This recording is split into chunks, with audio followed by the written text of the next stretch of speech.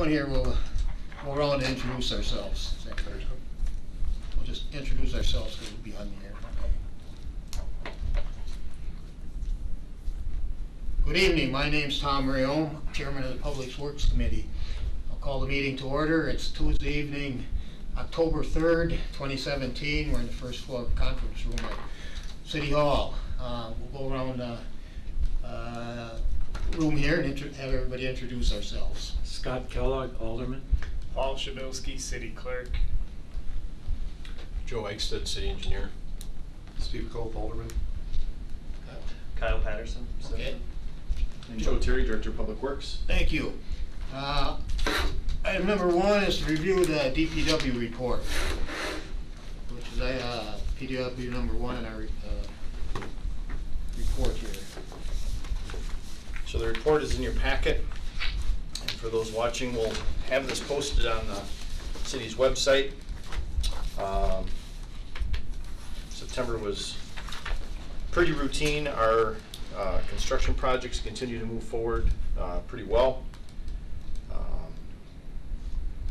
We have been in the process of working with our finance department in demonstrating 2 different software accounting packages to determine capability or the compatibility with public works operations. Our aquatics park design work continues. I did get a chance to represent the city at Syracuse at a ATV UTV event. It was actually a nice networking opportunity. I got to meet with a number of our state elected officials and talked a bit about some of our concerns with our 2nd Avenue South and DOT agreement. I think that summarizes a few of the high points. The report will be available for everyone to see online. Okay. Item number 2, review referral item about truck issues on Baker Street. Joe, I guess, Yes. lead us into it. And we'll go So the from city there. continues to receive some complaints about trucks utilizing Baker Street. Staff has made several reviews of the signing along with the police department and finds it appropriate and comprehensive. Engineering staff will be reviewing any suggestions about sign size and location from the police department. Police officers have been patrolling the area and have been making contact with trucks and have found many of the trucks that are currently utilizing Baker Street are doing so appropriately, meaning that they're making local deliveries, taking the shortest route to and from a state highway. We do have a resident here, and I'd hope that our committee would allow him time to speak on the issue. That said, for the time being, the staff is requesting that any further specific analysis be tabled for 12 months so that we can evaluate what the changes that are in place, what types of effects they have, as well as the continued enforcement by the police department. Staff has prepared, and that's included in your packet as Public Works Attachment 2. General map that for a discussion item, it's on that topic, but a little bit different, and that potentially suggesting some local delivery routes. I'm not exactly sure how we would advertise this and get the word out, but the idea is that the city can recommend some local routes, specifically for going to and from delivery locations.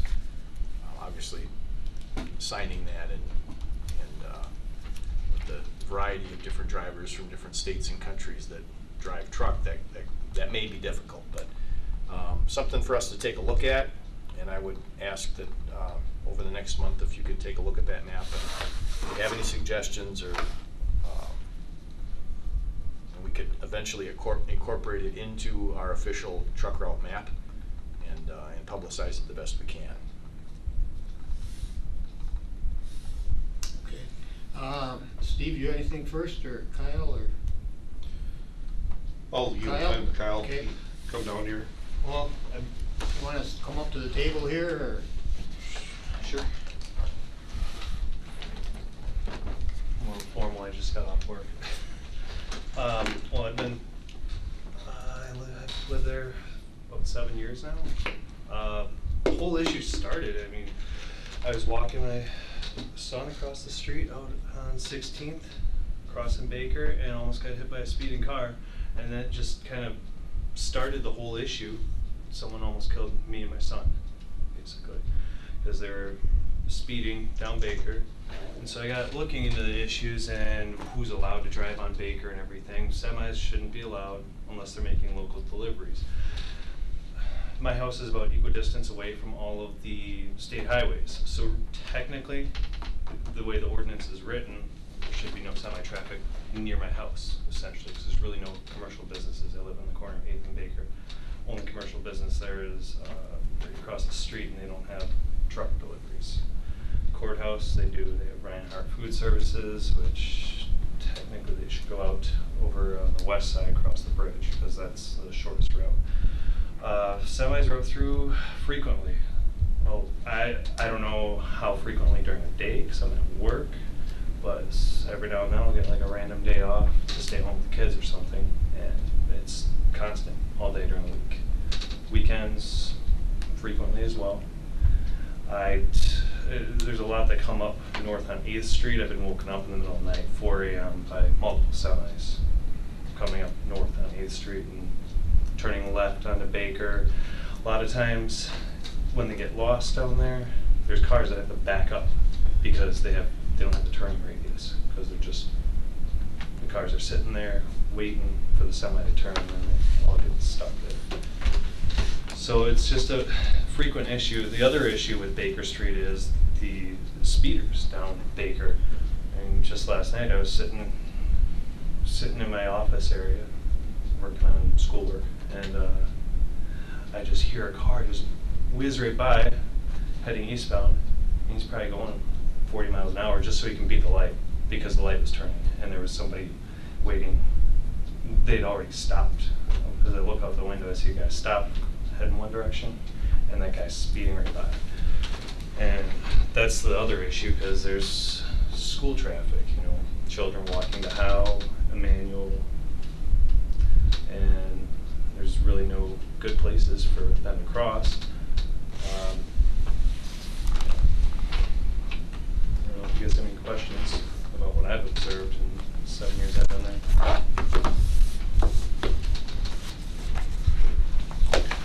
Well, just, I guess, one quick Joe? question for you. With the pedestrians, and mostly do you see them crossing at 8th Street, or do you see them crossing elsewhere down Baker? 8th and 16th, probably the most. I stopped for someone crossing at by IGA, and they almost got hit because somebody decided they were going to fly around me. I turned my four-ways on and stopped for someone, and this guy goes in the right lane, speeding by me, and almost hits the pedestrians as they were in the crosswalk. Well, and semis too. They're pretty dangerous, because this was like last summer. I was coming home a little early. It was probably about 3:30, and I was heading west on Baker, and I was taking the right turn only, right turn or straight lane. And I was going to turn right to go to my house. Well, there was a semi in the left turn only lane, and he was just sitting there not knowing what to do. And crossing guard's out there. All of a sudden he goes straight. The crossing guard's like, "What are you doing?" Because if I was going straight, we would have just sandwiched. So.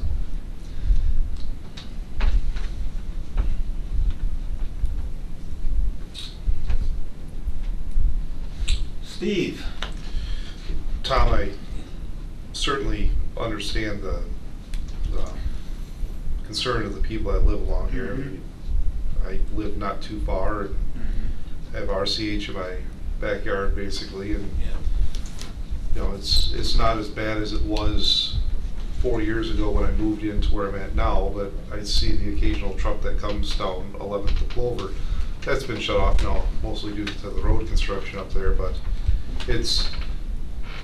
the signage over my area has reduced it, but it hasn't went away, and obviously where Kyle lives, I mean, I get regular photographs from him on a regular basis of the trucks that are going through there.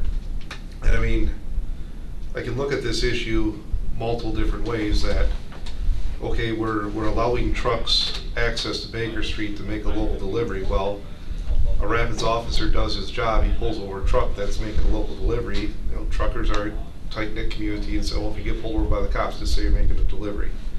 Say you're making a delivery to RCH or IGA or something like that. And then the officer might not have the time to actually sit there and follow the truck and verify where he's going, where Kyle's observed these trucks looping around and going anywhere except IGA, RCH, or the courthouse. I understand that Baker Street is a easy cross shot to get from down there by the roundabout over to the highway, and maybe truckers don't know, but I think if any of us went out of town or out of state, if we were driving in a different community, and we broke a traffic law, I don't think that not knowing or ignorance to the law would be an excuse. I mean, if we go to another community and it's signed, I think with the Highway 54 expansion that took place some time ago when they took 54 off Baker and made it run down to the expressway, the point of it was to get trucks out of that area. And if they're coming from the west, if they're coming in on 73, 34, or from 13 north, I believe the designated route is they are supposed to take the expressway up around the 54. It's probably more inconvenient for them because you have more stop and go lights on the expressway to go through where Highway 54 goes there, where basically you only have the one set of lights on Baker Street, which is in the middle there on 8th and Baker, and you don't hit the next set until you get down to the expressway at Baker. And I understand the pedestrian concerns with the traffic going through there. I mean, I've seen Paul's cross-country runners running along that road. Not to mention, like Kyle said, kids crossing at 11th and Baker to go to Emmanuel, kids crossing at 8th and Baker to go to Howell. I have a constituent that lives by 5th and Avon who's seen trucks going up that road, and the truck went to turn on 7th to get off of Avon, and he couldn't make the turn. So just like Kyle's observed a truck backing up, this residents observed trucks backing up on Avon, and that's probably not a good situation, especially if you got school in session there and you got kids that aren't expecting a semi-truck to back up. I understand the police department has only so many resources to enforce this, but I think we need to try to find something that really deters trucks from using that corridor there. I mean, if it's looking in the future of putting in roundabouts that would deter truck traffic, if it's local police having to verify the truck route and issuing citations immediately to the truckers, I don't know. I mean, I don't necessarily want to be harsh on people that are trying to conduct business, but then again, on the other hand, it's the residents that pay for the road when it needs to be redone. It's the residents that have their sleep disturbed, and that's all I can really say about it.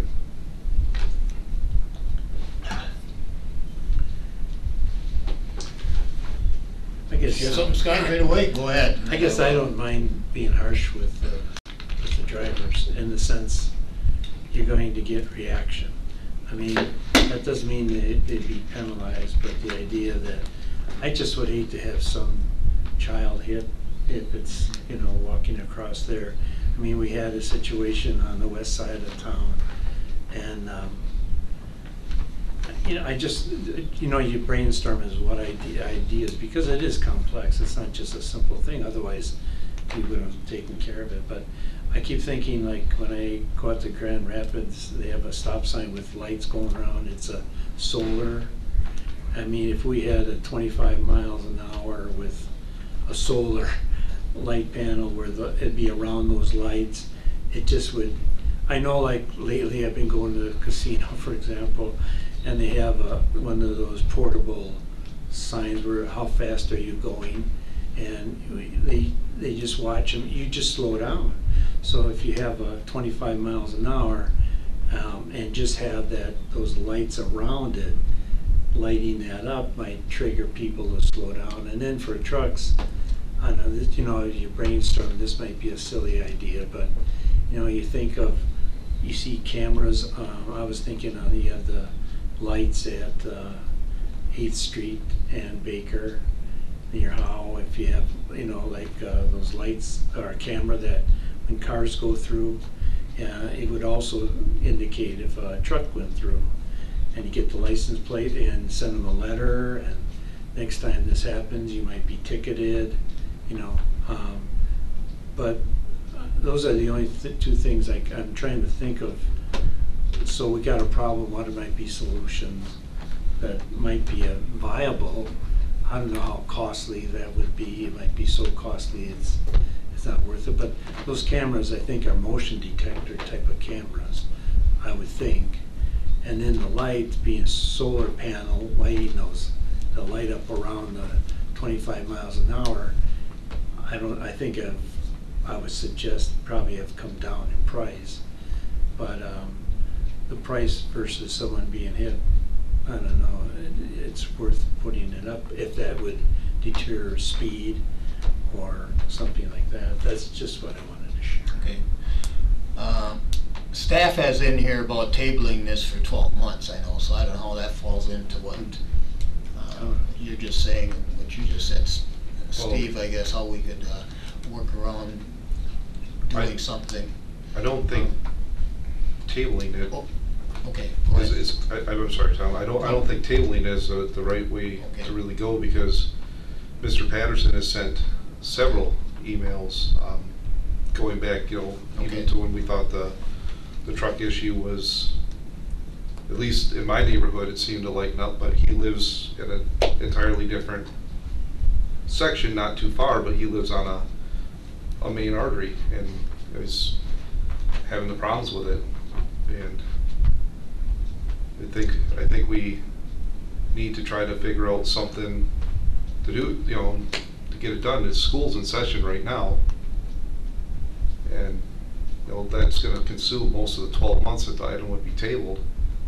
I think it's something we need to work on sooner rather than later. And I know Chief Belvin's doing increased enforcement in the area, but maybe just for starts that there's some more teeth with that enforcement when they're making the contacts, or maybe even get some numbers from Chief Belvin about how many citations have been issued.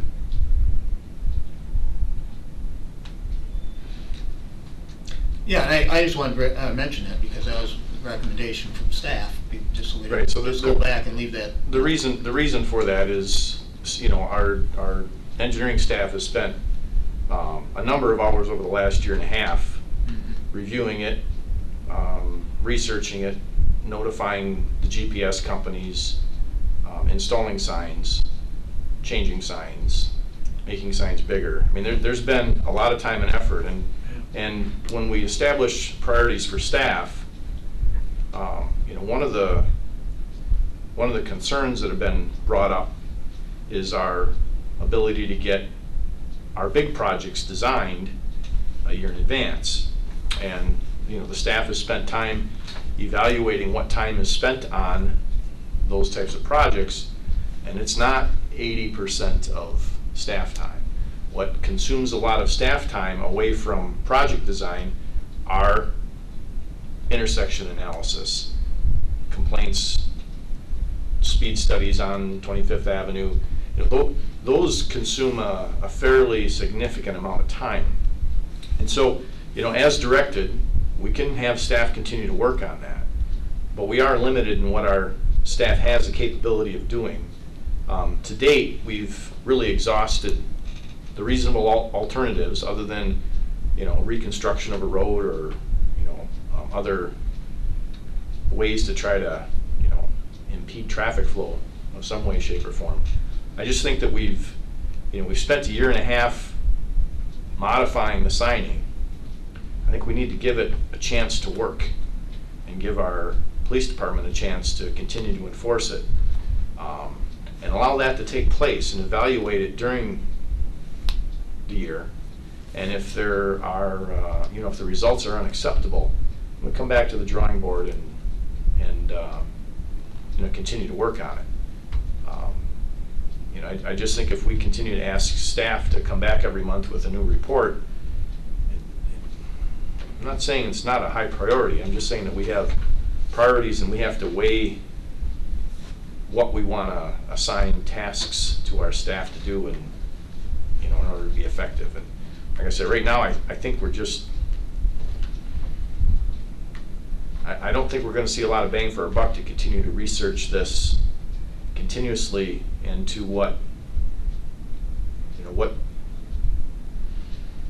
what's the desired result. I have to, when I talk to the chief, and he's talked to his staff, and his staff have reported to me, and the chief has reported to me that they've made numerous contacts. They've, when they say contacts, I'm not asking them, how many citations have been issued or whatever, but numerous contacts, and they've evaluated to see if they're, local halls or not. I take him at his word that they're actively enforcing the area. I think just this weekend, in fact, the police department had some things posted on their Facebook with photographs of the cars out on Baker patrolling for speeders and trucks. So, there's activity there. I'd like to give it a chance to work, before we declare what we have there a failure and go back to the drawing board. See, I think most often people travel the same pattern route to work, from work, and so forth. If you could increase, I don't know what the amount of speed, I guess if it's traps or watching cars for speeding, at least if cars are slowing down, if there was a truck, has to slow down too. But the speeding would be a concern if it is delayed somewhat, and let things work its way out. Because if a police officer is there watching for the speed, and those people know that that's one that's going to be watched, just like if you go to some other cities, then, and they take that same route every day to and from work, they're going to be more watchful and slow down. And if that's something that could at least help subside some of the speed, and then they're out there watching for cars, they'll see the trucks. So it's like twofold. One is getting the speed down to an appropriate rate, and the other one, while you're there, check for the trucks. And maybe if the police could even take a picture of the trucks and then follow up with that company and state, we noticed this truck, this is the license plate, please, you're informed now formally, and send that letter. It's just something if we're not going to deal with it, at least we're dealing with it best we can right now, and to find if we can curtail some of it. I don't know. Food for thought. And what Scott said, maybe we can talk to Chief Belvin and get the speed trailer put out there, probably between 8th and 11th. Yeah, I will say, when they had that out there last year, I noticed a big reduction in the amount of people flying through the intersection just to beat the red light. Because it's more of a visual aid, you see it right there in front of you. Just cognizant of it. Yeah. Slow down. I think a lot of people figure where the speed trailer is, the cop's not too far behind either. And they make them so they will track traffic patterns as well and see, okay, from 5 to 6 is when everybody's speeding, because they're speeding to get home from work or something. I guess my question to you then, Kyle, is like with what we discussed here tonight, giving the measures that Joe said are in place, giving those time to take hold with what Alderman Kellogg suggested with police patrolling for speeder in trucks and putting a speed trailer out there, is that something we can try, or what would you? I'd be open to anything to get people to slow down out there and get the trucks off the road, because it's really pretty much all residential, yeah, it's the main artery for the city, but there's one or two businesses between 8th and IGA. Yeah, the speed trailer or some permanent fixture displaying what people are going. Maybe even have it possibly slow down at 8th Street when children are present. Because I see people flying through quite a bit when the crossing guard's out there. Seems like the police have been around there more on Baker, I'm not sure. It seems like they have. They have been. If that's doing any good, I don't know. Well, there was one day, I took a picture of a Maze semi truck coming up down. He was down by the courthouse, came up the hill. I took a picture of him, sent it down to the police department. Well, I ended up talking with one of the police officers that pulled him over. He's like, "Oh yeah, he was making a local delivery." I'm like, "Did you check his log or do anything, or is that what just he said?" He's like, "Oh, that's what he said, pretty much." So, whether they're checking their logs or not, I don't know if that's happening. That might be something to follow up with the police department if they are actually looking at their logs rather than taking their word for it. Yeah, they should have a log as to where they're going. Yeah, and a big 52-foot semi Some doing a report, local yeah. delivery. Yeah. I find that hard to believe. Yeah.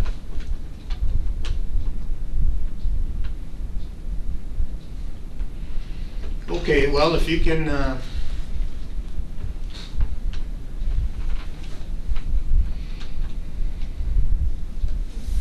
guess, go with what was mentioned here. Yeah. 'Cause you can't just keep beating the, I guess, the dead horse The down. signs have been up for 6 months. I know, Not much. I mean- it has caused a little bit of a reduction. okay. And I will admit that. hopefully it goes down more, you know, I don't wanna just, that we're throwing it away, you know. Well, I think last November when I contacted Joe about all the semis, I was writing down, and a lot of it was Millis. Millis I haven't seen out there in a long time. Okay. Yeah. That's good if you contacted them. Yeah. I know years ago, one of the fears when the extension of the bypass going around there was truckers that did know their way weren't gonna use that. They were gonna sneak through on Baker anyway, because that was the short route. So I think it was even some of the local people were gonna have to be re-educated to use the way to go around, because they weren't making a delivery locally. So there may have been some of the local people that were gonna have to DeBoer. be made to, but I'm not saying they still are. No. I'm not saying Yeah. that, but over the years ago, I think some of those people had to be re-educated, that they had to get off what used to be the highway from Baker, and to get back on what the new highway was, so, you know, that was a fear with some of us years ago, so, but, hopefully we're getting somewhere. Okay. Well, if that's, I guess we reviewed it, and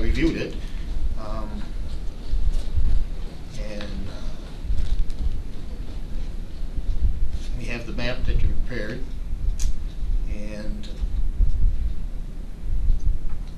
we'll look, I guess we're gonna, in a sense, table it. If something drastically happens, we'll be, or I hate to use the word drastically, but if for some reason it's gonna be brought back, but not gonna be looking to bring it back every month and that to do something, but if there's a need. If we talk to the police department, could the police department keep data on the situation for that particular spot? Like, for example, we set up this watch at this time of the day. We've caught these many people speeding. These trucks, we noticed these trucks. Just so when you come back to us, we're talking Yeah, about specifics. Any contact that an officer makes with somebody gets logged. Right. So there's gonna be data available. Maybe that would help us too. Timing, data, so we can hone in on who, what, when, how. It's Yeah, good. as of right now, the only data you guys pretty much have is from me, and Right. I'm at work, 8 to 4:30, so. But that data would help us. Yeah, all day. Joe, with the roads that need to be repaired, where's Baker Street on the schedule? Is it coming up anytime soon? No. No. It's certainly not on the 5-year plan. But there's probably 40 miles of streets that could be repaired in the next 10 or 15 years that are old enough to need it. Baker being built as a truck route has a fairly substantial structure to it. And, it has had some surface treatments. So I would expect that as long as the surface treatments continue to provide service, that street wouldn't be reconstructed anytime soon. If we saw any signs of some structural failures, then we'd be sure to add it to our short list.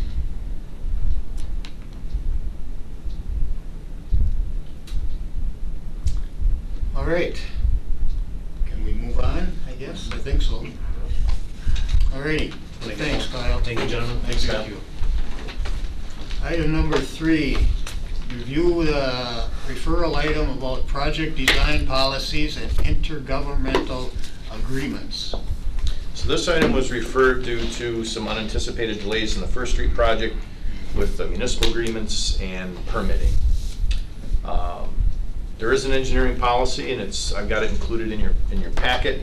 Had that policy been followed, the project would have been on the shelf for about a year, and one could speculate that permitting and negotiations may not have delayed the project. However, current staffing levels and priorities haven't allowed for those plans to be designed and prepared a year in advance as per policy, and there's a number of reasons for that. However, through the 2017 budget process, there are funds for consulting engineers to assist the city to design 2018 projects, so the in-house staff is focusing on 2019 projects in order to satisfy the policy. Also had some discussions with our finance director about potentially approving our Public Works construction plan on a 2-year basis so that we don't have a situation where there's a lot of design work taking place, survey work taking place even prior to that, and then all of a sudden a project gets put on the shelf and that staff could have been doing something else. So we really need to avoid that. The city has been struggling to meet these policy goals for certainly more than 10, 12 years. And so we're looking at different ways that council can help. If we get our resolutions done well in advance, if we can approve a 2-year project plan, set some commitments like that, it would make staff more confident then in trying to get some of that work done well ahead of time. So the policy that exists under section 2 reads that design is anticipated to begin when the final resolution for special assessments is approved by the common council. It's suggested that design is completed 1 year prior to the start of the time of completion of the budget, which takes place in August of each year. So that's certainly a challenge, and I think there's a few things that we can do with our internal policies and try to address some of the hurdles to meet that challenge. And these are some of the things that we're working on right now. So do you want this statement to be rewritten? No. You want it to be that way? Okay. Yeah, I don't think there's anyone that would argue that having our project plans done, especially the August before construction takes place, isn't a good thing. But trying to minimize, small projects so that staff can focus. These design projects are intensive.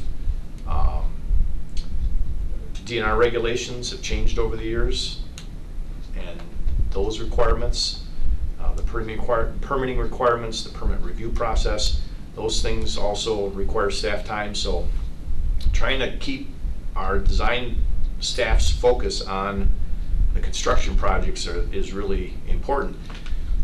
That said, there's also the construction end, and that same staff is oftentimes, consulted with during the construction phase as well. So the more we can keep our staff focused on our major rehabilitation projects, the more efficient we can be at getting that design done early.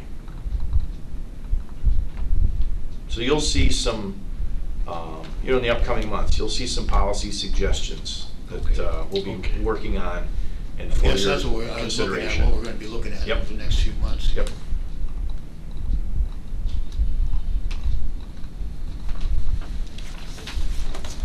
All right. Steve? Yeah, I just wanted to, I don't know if you got this, Tom or Joe, but the reason I wanted this to come to the committee tonight was back in July, we had to have the Emergency Public Works Committee meeting prior to the July council meeting in regards to the First Street project and connecting with Buren. And it didn't fare well for the city with the agreement that was reached with Buren. But when we did that, I was looking at it from the completion standpoint of we're into the project, and it would make no sense to leave it hanging out there to be completed at a later date. And just like I said then, I'll say now, dollars lose value over year, and what's $30,000 now today, it's going to cost probably a little bit more than $30,000 the next year or so on down the road. But at that, I'll share part of a email that I got from a constituent in regards to the decision that we made as a council.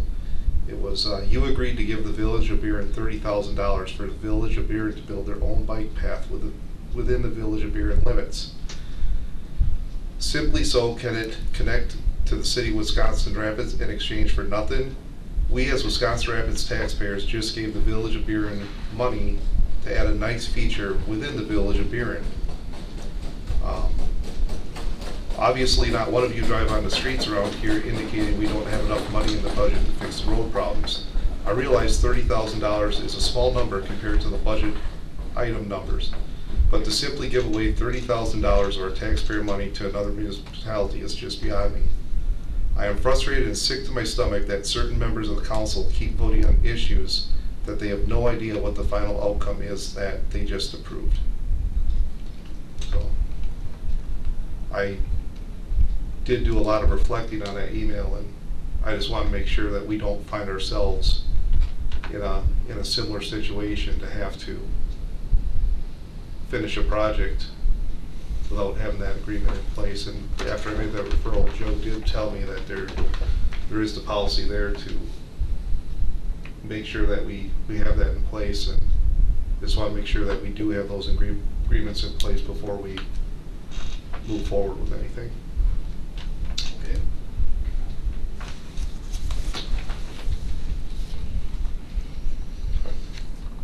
Well, then we can move on to item 4.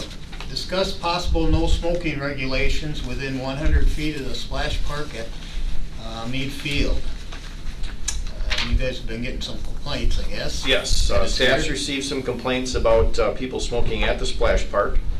Our current ordinance does appear to prohibit smoking at outdoor, or does not appear to prohibit smoking at outdoor park facilities. It really describes buildings. So I don't have, if you saw the news, City of Wausau is reviewing the same situation in a number of their park facilities, to potentially include a no smoking policy for areas of public congregation, public areas of congregation. So it will require some some thought, some research, and time for our city attorney also to do some reviews. So I really didn't want to spend a lot of time or make the ask of staff to research that without really being comfortable that it's something that at least the committee would completely embrace or support. Certainly you're in an area with children. Eventually we're going to have an outdoor pool facility that's also a good outdoor component of that. Obviously the changing rooms and indoor areas, there wouldn't be smoking allowed because that's our current ordinance.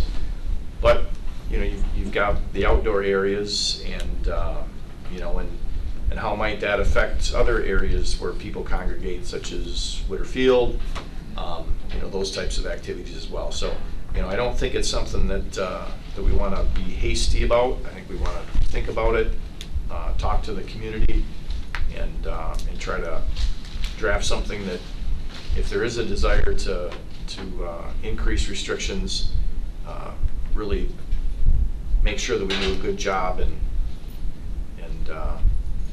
not develop some rules that may have unintended consequences. Yep.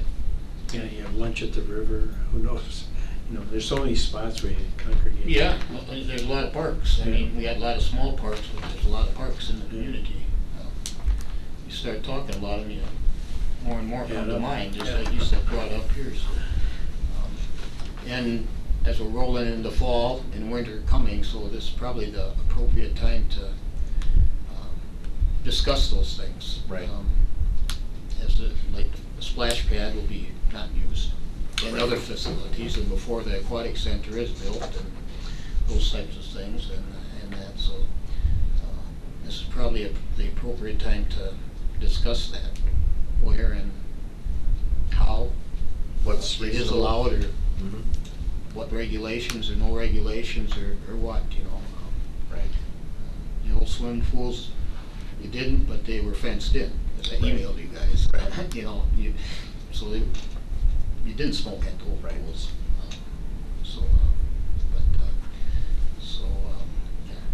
I think it's worthy of the discussion, and see where we go. And I don't want to jump to make any fast decisions, because we'll hear from about 14 different ways then on what we did wrong. So Well, it's good to explore what other Right. municipalities come up Right. with that we might Yep. embrace. All right, item 5, downtown parking update. I think Joe's got something. The other Joe has something. Yep. Joe likes it. Just a quick update. A lot of the calls have slowed down now in the last week or two. All of the 10 permitted stalls on 10th or First Avenue, all 10 of them are filled now. All the signage is up. 6 of those were transfers from the lots just outside City Hall. So at the end of the permit year, they reissued and wanted to get a parking spot on First Avenue closer to either the courthouse or maybe their building. So the police have been out there, certainly got some feedback from them. They've been issuing about 3 tickets a day. And they've had some issues with people parking in the permitted stalls that shouldn't be there. But overall, things seem to be okay. So this parking lot out here, the Dixon lot, there's six permittees in that lot, so there's quite a bit of room left there. But it's quieted down on our end anyway. So. Oh, that's good to hear. Okay. How did they designate? Is it by sign or also by line?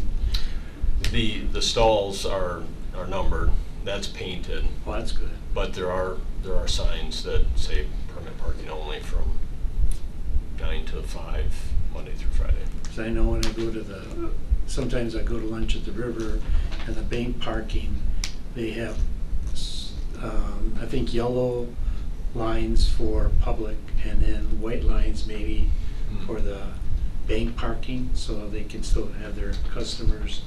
So I wonder if this is a problem in the future of more ticketing, maybe if we, I don't know what color lines it would be, but maybe even changing the color of those 10 lines might be advantageous. People aren't saying, well, they ticketed. I have a question though. I think we talked about on a block building, if it's 30 minutes to 45 minutes, and you were looking into it, and have we had a chance to look into it? Yeah, we did follow up with them, and they thought for now things were working out just fine with that. So they were good leaving it for So now. it's 30 minutes, right? Yep. Okay. If they felt that, then they use it. Well, I think the observations by you folks was the same observations they had, is that their entrance is on the north side of the building, not the south side of the building. Yeah. And so, reducing that time might make it pretty challenging for a potential guest to get in and get out versus a delivery type activity where someone wouldn't probably park there for delivery activity anyway. So it was good that we reconvened our communication, because they observed the same things. So yeah, we suspect a few more changes, maybe once the weather turns cold, that there'll be another uptick of people maybe considering getting a parking location. Because the PD said that they're people come in at 8 for work, and then they'll be out by about 10 to move their vehicles, and I suspect that'll likely change a few people's minds anyway, when the cold weather sets in, and then also with the on-street parking stall numbers to see how well that works. We'll have to evaluate and see if there's any issues with that, but Well, keep us up to speed. So, all right, thanks. Item 6, review the referral list.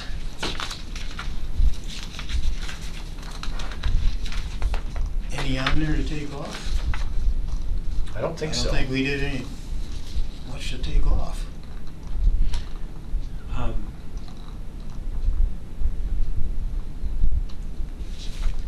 Scott? I don't know if it would be on this type of list, but 2 issues. One would be, we passed as a common council ordinance to cut I want to say, brush along the river on the west side. I had a couple complaints of residents that live there. I guess it was to be cut twice a year, but reasonably once a year it would be okay, but it's quite high, like 4 to 5 feet in some cases, so if you could explore that.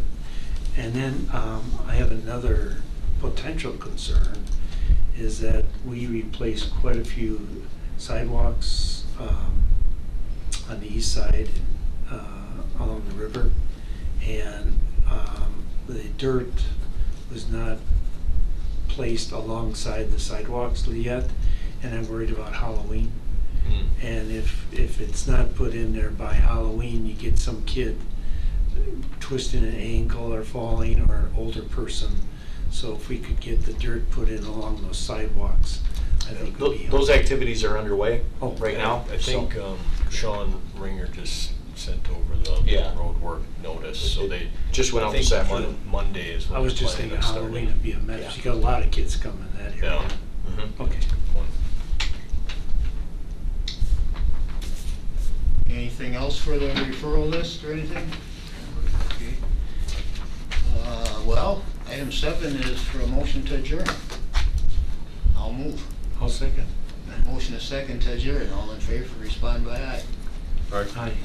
Opposed, ayes have it. Meeting's adjourned at 6:50.